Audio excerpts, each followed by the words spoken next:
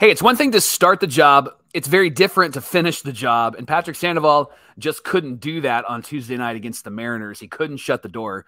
So we're going to ask Johnny how he feels about Sandoval's regression because John really likes him. He's been a fan for a long time. Hey, it's time to get locked on with Mike and John. And this is Locked On Angels.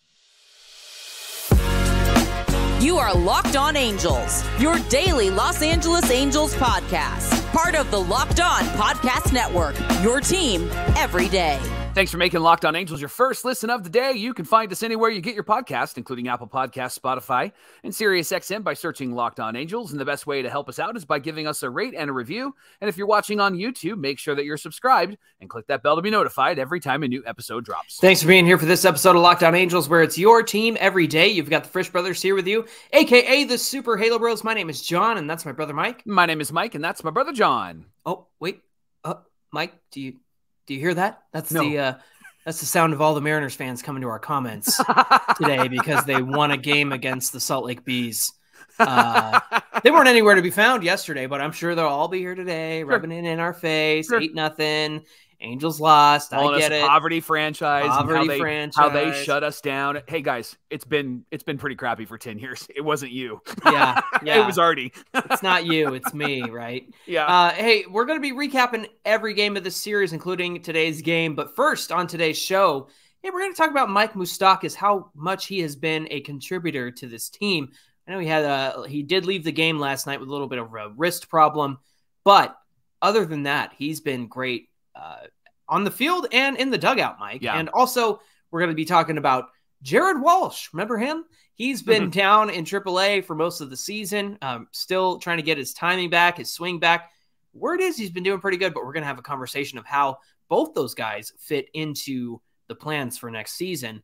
But let's first talk about that game against the Mariners last night. Angels lose 8-0. What the heck happened? Yeah, it was a lot of runs in the first inning for the Mariners again, and the Angels couldn't overcome that. Mariners scored 3 in the bottom of the first, and stop me, Johnny, if I sound like a broken record. They scored these 3 runs with 2 outs, all with 2 outs. In fact, 7 of the 8 runs. Last night's game or like 2 weeks ago or 3 weeks ago? Yeah, it sounds like it's every game, right? Yeah. 7 of the 8 runs were scored with 2 outs. And who was on the mound, Michael? It was Patrick Sandoval, Johnny. It just seems like this guy can't catch a break, right? And here's the thing that I thought was a really interesting stat. So all of those runs in the first inning were unearned because of an error by Moustakas when he was in the game. And Jeff Fletcher tweeted this out. Sandy has allowed 19 unearned runs this season, so he leads the major league. So it's kind of I guess the phrasing of that is inappropriate. It's not that he allowed it. It was an unearned run that took place because something happened behind him, right? Hey, I got a concept for you. Don't give up hits if there's somebody on base. Yeah. You got the first 2 outs. Get the last out, bozo. Like, come on. Yeah. Now, they would have scored a 4th run in the bottom of the first, but there was a great relay from Grichuk to Neto to O'Hoppe that got Ty France out at home. And this is just another example, John, that we've talked about on the pod where Sandy, he gets rattled and he just can't recover. No. He just really can't recover. And he looked very rattled in this game. And I mentioned it a couple of times on a few episodes where he's moving around a lot. He's very fidgety on the mound. And that just isn't something that I think I've seen before. I don't know. Have you seen him do that I mean, he's not this year, but have you seen him do that prior to this year? I mean, a little bit, but it does seem like it's worse this season for sure. I mean, and obviously it's affecting him the way that it has. And the guy just can't settle down out there. And one thing goes wrong, and it's like the end of the world, the end of the game for him. Yeah. And it was funny because my wife and we were on our way to dinner, and I was listening to the radio, and I heard the first 2 outs, and then I heard about the air, and I went, great, here comes Sandy's going to get pulled. He's not going to be able to close it down. And sure enough, by the time we parked, the Mariners were up 3-0. Right. And it's all because Sandoval gets so rattled out there. It's what's the word? Like, it's a habit at this point. Like, it's it's expected. Like I full on went, here comes 3 runs that he's going to give up. Yeah. Angels gave up 4 more runs, or Sandoval gave up 4 more runs in the bottom of the 4th. Johnny, these also came with 2 outs. And on the video side, the TV side, it was Gooby that actually said, like, you got to stay focused. And that's the issue here, is that you get 2 outs and then you relax. And you would think that maybe there would be like a moment of learning for Patrick Sandoval. And even for the other Angels, it seemed like Detmers, he's pitched last 2 games really well. And even before that, Kenny Rosenberg did really, really well. It would seem like maybe there would be a learning, like, I got to stay focused. I can't relax. I need to make sure that I'm actually getting this guy. But every time he got 2 outs, the Mariners really jumped on him. And again, it really rattled him. It would seem like it, Mike. It would seem like there would be a learning experience that, the first time it happened, not the 80th time that it's happened this season. Right. So final line for Sandoval, 5 innings, 10 hits, 8 runs, 5 earned, 4 Ks. John, I'm a Detmers fan. I called for him to be called up a couple of years ago when we were doing the Super Halo Brothers pod. Really a fan of him. You went to Detmer's first game. You've always been a Sandoval fan, and I was struggling with him. Then I came over to your side because he was actually improving. And now it feels like I'm kind of jumping back on the other side again because he's just been really frustrating. How do you, as somebody who's been a big fan of his, been a supporter of his, how do you feel about his regression this year as a fan? It's frustrating in the sense that when he first arrived on the Angels, he struggled. He was not good. And that's why you had your opinion about Patrick Sandoval. But when I watched him pitch, it was like, there's something there. There's something that he has that's going to make him a successful major league starter. And I still believe that he has it, Mike. I still believe that that's there. In fact, you look at his win-loss record from last season, there's a lot more losses than wins. Yeah. And the issue last season was 0 run support. Yep. Now the issue this season is these errors that allow runs to score, and he gets rattled, and suddenly, his earned run average is 4.5. Yeah. Because that's just who he's been this season. How do you go from the guy last season who, had an ERA in the 3s? Again, the only reason he was really losing was because he wasn't getting any run support. How do you go from that guy to the guy who pitched in the World Baseball Classic for Team Mexico, making national headlines and media go, oh, who does that guy pitch for again? Yeah. And making you and I go, that's Patrick Sandoval. We've known about him for a long time, and he's going to be really great this year. How do you go from that to the guy that we have here on September 13th? I think it's the shift and the pitch clock. I think that has really messed with him, John. Maybe the clock, I think the clock has messed with him because he's now they went from having the pitches called for him to him calling his own pitches to I think it's back to now having Logan O'Hoppe call the pitches for him. But I also think the shift has something to do with that. You mentioned yesterday's show about how the Cardinals pitching staff made no adjustments, and they have completely fallen apart because they pitched to contact. But give me your pushback. What do you think? He's never been a pitch to contact guy. In fact, the reason why you and I struggled with him last season was because he would have way too many pitches about halfway through a game because he was trying to strike everybody out. And now it's the flip side. That's true. However, don't you think that some of those hits, even last night, would have maybe been outs if there was the shift and they were able to move players in certain areas? I get that. It's just, it feels like his whole strategy has changed this season because he wasn't that pitch to contact guy last year. It doesn't feel like he has a strategy, to be honest with you. He looks like he's going out there and crossing his fingers and throwing up a big prayer. Hopefully he can get somebody out. But if he's a pitch to contact guy this year, after being a swing and miss, one of the best changeups in baseball kind of guy, then who made that call? Yeah. Who decided to change him from who he was? And maybe you're right, because there wasn't a shift, or I should say there wasn't a shift ban in the World Baseball Classic. There wasn't a pitch clock in the World Baseball Classic. So Sandy got to be more of who he is. So maybe you have a point. Definitely the pitch clock. I'm sure that affected him because he had one of those slower windups and cadences between pitches in all of baseball last year. But again, why do you take a guy from a strikeout guy who's throwing a lot of pitches? That's something that we talked about yesterday with pitch efficiency. Yeah. Why do you change his whole strategy like they tried to do with Detmers earlier this season?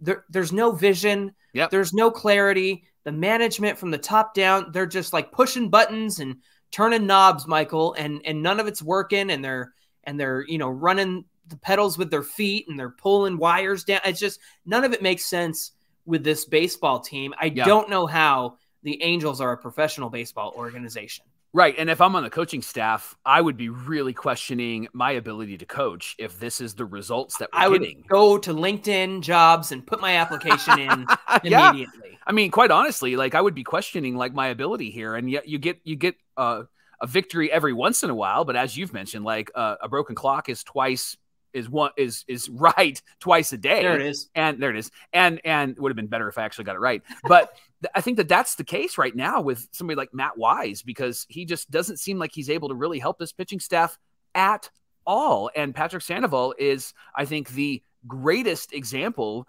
of the lack of coaching. And they knew that the shift was going to be banned, and it doesn't look like they had a strategy. And if they did have the strategy, either it wasn't communicated or Patrick Sandoval just doesn't understand it. And if he doesn't understand it, then I think that a lot of that has to do with the coaching. Your job is to communicate. Your job is to help these players know exactly what they need to do in those moments. I get their players, but sometimes the athletic ability gets you to a certain point, and then it's coaching that can help you get over the top. And I think that that's really what it boils down to for Patrick specifically, is that he doesn't have the coaches around him that know him and can really help him develop one of the greatest change-ups that we've seen, right? Like he's not even using that necessarily anymore. And if he is, it's like a meatball pitch when he's up 0-2 and there's 2 outs. Yeah, exactly. The Angels coaches have like a Death Star Lego set that they could build and it would be immaculate. And instead they build like, I don't know,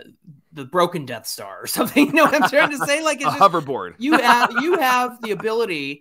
You have the clay. Like these guys have the talent and the tools to be something because they've done it before. And somehow your coaching, your direction, and whatever it is that you think that you do as a coach isn't working. It's not getting through. It's not coming through, Michael. Right. So I don't understand how the Angels have got here. I do understand how the Angels have got here. Artie didn't sell. They didn't change the coaching staff. They hired an interim manager. That's how we got here, folks. Yep. But that's neither here nor there. Hey, so again, Mike Moustakas was removed from this game with left wrist soreness. We'll see what the update is there. Ohtani didn't play for a 9th straight game. They keep dangling that carrot in front of us like, oh, maybe he'll play tomorrow. Maybe he'll be out there. So annoying. It's so annoying. They just need to be straight and do something with Ohtani. Well, and Phil Nevin said, I get the frustration, but we're just trying to be really cautious. And we don't believe you. Like none of us believe Nobody believes you, Phil. No. All right, the Angels are back at it at 1:10 Pacific time to get the misery out of the way early. Now, the season series, I believe, is on the line here. It's either the Angels can tie it or the Mariners are going to win it. So they'll either split or give the Mariners the season series here. The catch every pitch of the Angels hometown broadcast on SiriusXM with the SXM app. Just search Angels. Coming up on Locked On Angels, let's look at 2 players and how they can impact 2024. Mike Moustakas and Jared Walsh. We'll talk about both those guys coming right up.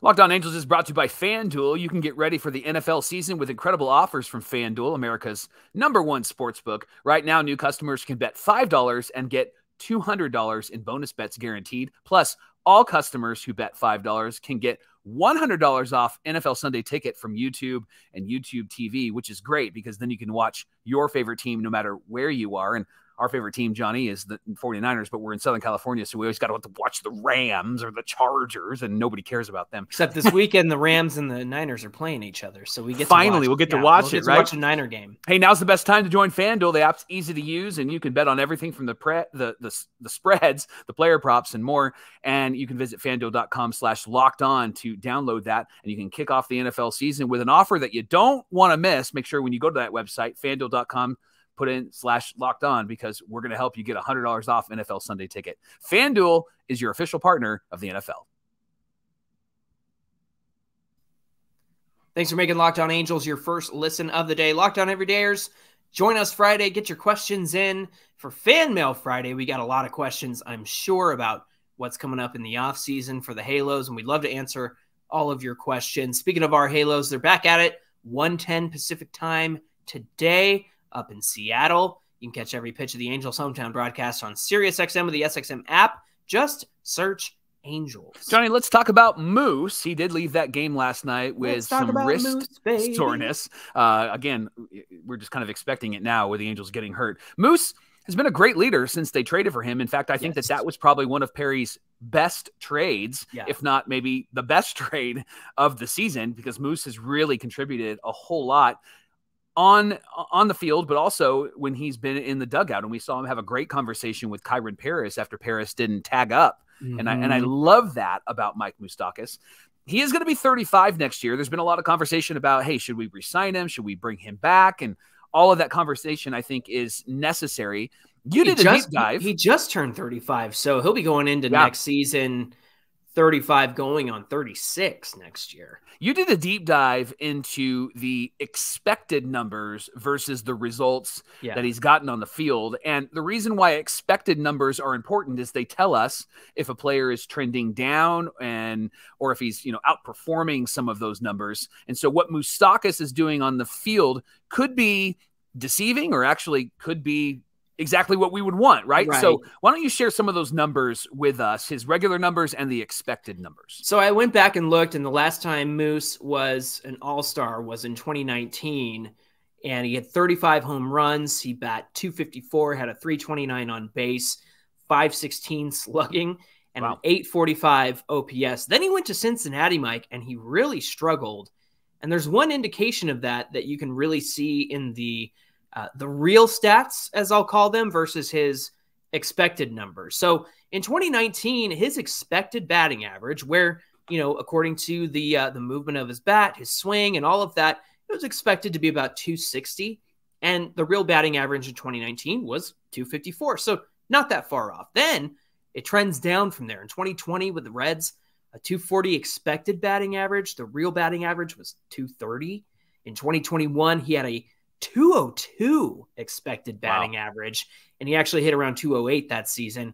Then last year, he had an expected batting average of 195, and he ended up batting about 214. So you could see that both the expected numbers and the actual batting average have been trending down since 2019. However, this year, he's actually outperforming what's expected of him. His expected batting average at this moment is 218. So the measurements, the metrics, the analytics, they're all saying, hey, Moose is only good to hit about a 218 batting average. Well, he's actually hitting 254. His real batting average as of last night before the game was 254. So he's improved in his expected batting average since being with the Reds.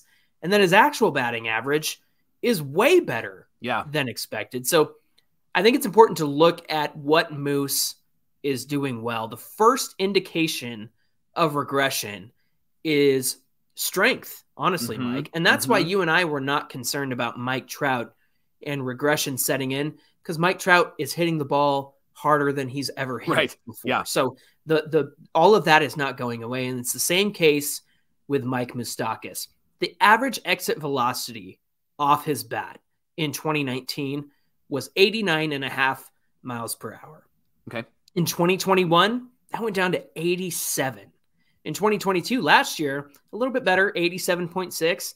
This year, his average exit velo is back up in the 89 miles per hour range. It's a little lower than 2019, but he's hitting 89.1 miles per hour. So much more in line with his last All-Star year.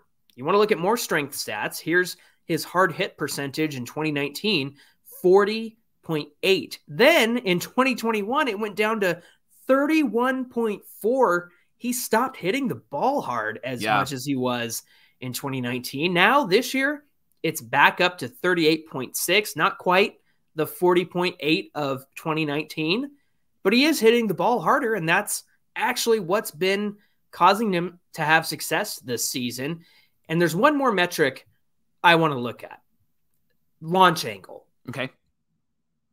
15 and 20 degrees to be a line drive. Anything below 15, ground ball. Anything above 20, fly ball. Could be a pop out, could be a long fly out, right? In 2019, it averaged 17.4 degrees off his bat. In 2021, it was 19.4. So less straightforward contact, a little more under the ball, a little more upward trajectory. This year, it's closer to 16.9. So that's actually right in between 15 and 20. and closer to where it was in 2019. So again, his average exit velo is back up after trending downward. The hard hit percentage is back up after trending downward. And this year, the launch angle is right back where it needs to be, as opposed to where it was. So saying all that, Mike, what do we make of all of this? Yeah, I'd love to hear Professor John's thoughts here, because these are really great stats. And we obviously love Mike Moustakas. What does this mean, Johnny, for Moose, and what does it potentially mean for the Angels in 2024? I think, to be honest with you, we do have some indications of natural decline. Like, yeah, he's not hitting the ball as hard as he used to. He's not hitting it. The hard hit percentage is down than where it used to be. That's natural. He's 35 now. Right. He struggled in Cincinnati, but he seemed to get back to more of what he was doing well the last time he was an all-star in 2019, maybe to a lesser extent, not quite that all-star caliber. But I think what we can take away here is that Moose, he's not over the hill. He's not done. He's not washed, right? He's somebody that we could afford to have on this team. He's probably not somebody to be in the game every single day, not somebody that we want to rely on all season long. Now, having said that, he'd make for a great clubhouse presence, and teams often carry a guy like that. They might not have a lot of value on the field, but they have a lot of value in the clubhouse. And I think what he brings to the clubhouse could be more valuable than what's on the field. And I don't think anybody would argue with the idea that if he's an off the bench guy or a every once in a while kind of starter next season who might fill in at third or first or DH or be a pinch hitter in a big moment, I'd give Moose those moments. But going back to his numbers, he's not somebody you want to rely on all the time, but he would be great to have in the Angels clubhouse. Today's show is brought to you by Jase Medical. Modern medical care and treatment are important, but our global supply of chains are very fragile. Things like pandemics and natural disasters and foreign travel may cut you off from the treatment that you need. And Jase Medical is your solution. Just fill out their online form, and one of their board-certified physicians will review it to determine whether medications are safe and appropriate. Then they send you your prescriptions to one of their partner pharmacies, where your Jase order will be filled and mailed to you directly. And not only this, but you can actually send your physician a message for answers to treatment and related questions at any time.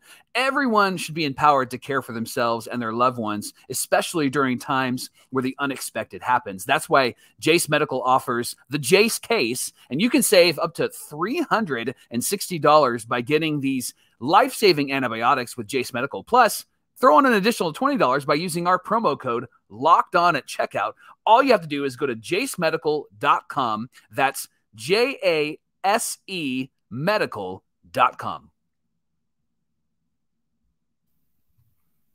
Mike, Jared Walsh is somebody that you and I have been a fan of really since he arrived. And then he really arrived in 2020, had an all-star season in 2021. Yeah. Struggled, showed glimpses of who he was in 2022, but he really struggled. Come to find out, he was dealing with some physical issues and then some mental issues and neurological stuff. So let's talk about that. Yeah, he was really struggling. And the first thing that really was diagnosed with him was the thoracic outlet syndrome issue. And actually, that's what Steven Strasburg has been working through. Was going to retire, then something happened, and now he's going to come back. Kind of a mess in Nationals stadium, Nationals organization, right?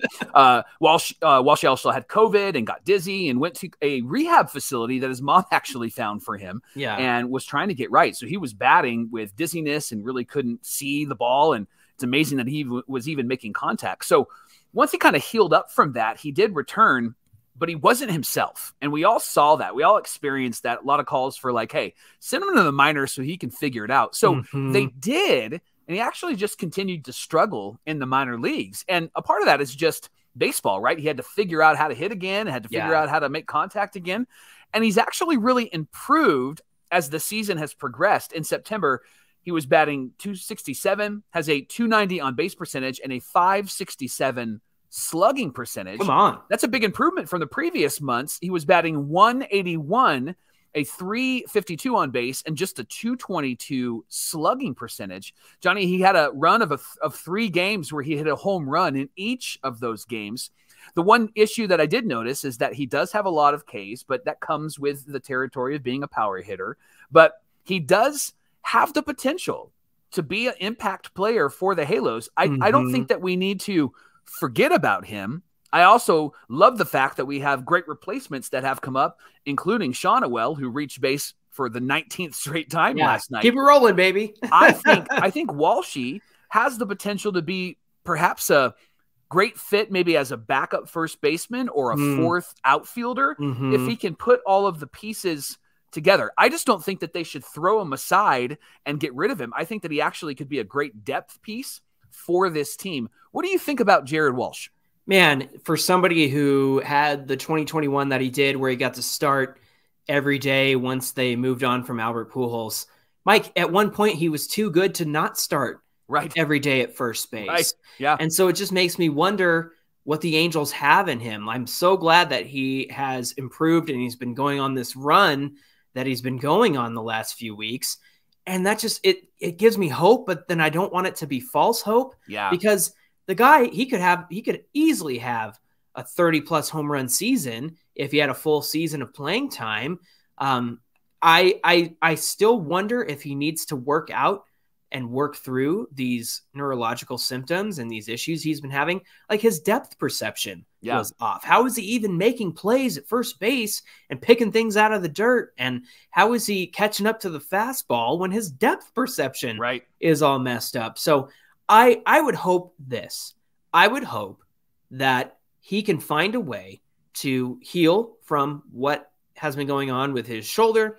I hope that he can heal from the neurological stuff and get back to who he was. I want to hear Jared Walsh say, I feel better than I did before I experienced all this. I feel better than I did in 2021. I want to hear those words first before he really becomes a factor as a part of the Angels. Now, to your point about possibly fourth outfielder, backup first baseman, I have always thought he could play the outfield. I think that he would stick out there very well, especially with, your options that you have. I think Walsh is one worth running out there, but he's so good at first base. Right. He's so good defensively over there. And he's a power hitting third baseman. I love Nolan Shawnuel. He's not a power guy. That power will come. At the same time, he's kind of your second base type, right? Like he's that kind of player. He's that contact guy. And so it's a good problem to have. It feels like we have a lot of good young talent right now, and they're all trying to find a place to go. I just want to hear the words out of Jared Walsh's mouth that he's okay before he really becomes an important piece to the team in the next couple of years. Hey, thanks for making Locked On Angels your first listen of the day. Remember, the Angels do play the Mariners at 1:10 today, so you can catch every pitch of the Angels' hometown broadcast with SiriusXM on the SXM app. Just search Angels.